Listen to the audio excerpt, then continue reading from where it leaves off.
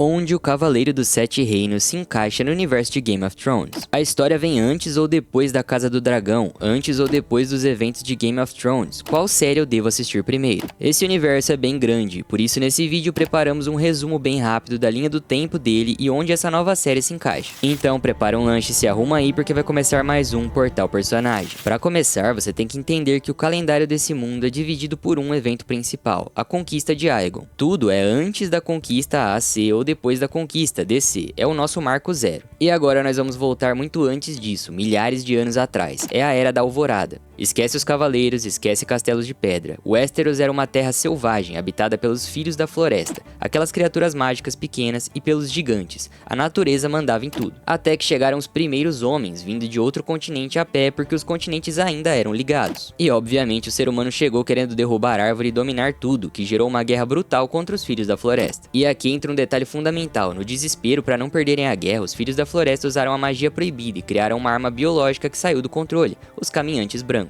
O tiro acabou saindo meio pela culatra e veio a longa noite, um inverno que durou uma geração inteira, onde o sol não nascia. Foi uma espécie de apocalipse zumbi.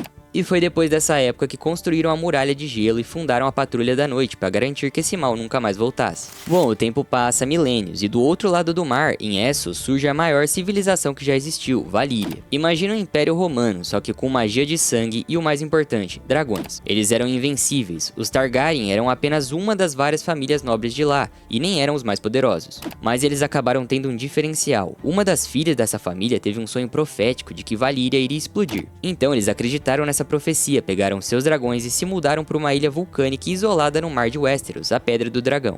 E 12 anos depois, boom, a perdição de Valíria. Vulcões entraram em erupção, a magia saiu do controle e o império mais poderoso do mundo virou cinzas em um dia. Os Targaryen foram os únicos montadores de dragão que sobraram no mundo. E aqui chegamos ao ano zero, Aegon, o Conquistador e suas duas irmãs, Visenya e Rhaenys. Eles olham para o continente de Westeros, que era dividido entre 7 reinos independentes que viviam brigando entre si, e decidem unificar tudo. Foi uma conquista militar relâmpago. Alguns reis tentaram lutar e descobriram da pior forma que exércitos não servem de nada contra dragões. Alguns outros se renderam.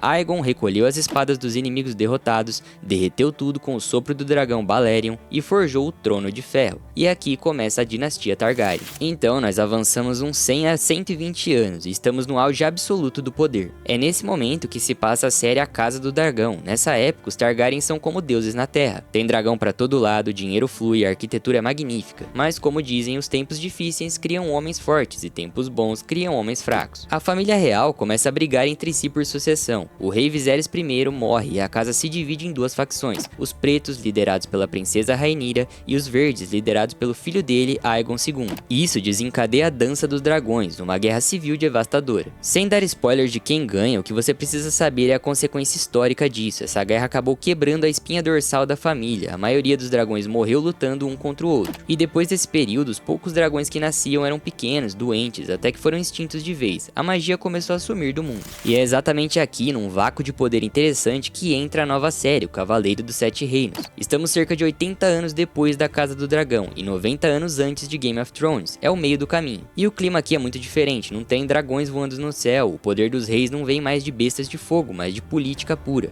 O reino vive uma paz, só que uma paz bem tensa. E por que tensa? Porque a gente teve as rebeliões Blackfyre, que representam uma divisão na casa Targaryen. E isso acontece porque anos antes, um rei Targaryen legitimou todos os seus filhos bastardos antes de morrer, o que gerou uma baita confusão. E um desses bastardos, o Daemon Blackfyre, que era um guerreiro incrível, tentou tomar o trono dizendo que ele era o rei legítimo. O reino se dividiu, irmãos lutaram contra irmãos de novo, a coroa venceu, mas a ameaça de que os rebeldes voltassem pairava no ar, ou seja, nessa série todo mundo desconfia de todo mundo. E a história da série vai focar em Ser Duncan o Alto, um cavaleiro andante gigantesco, forte, mas muito simples, que vem da parte mais pobre da cidade. E o escudeiro dele, um menino careca e muito inteligente chamado Egg.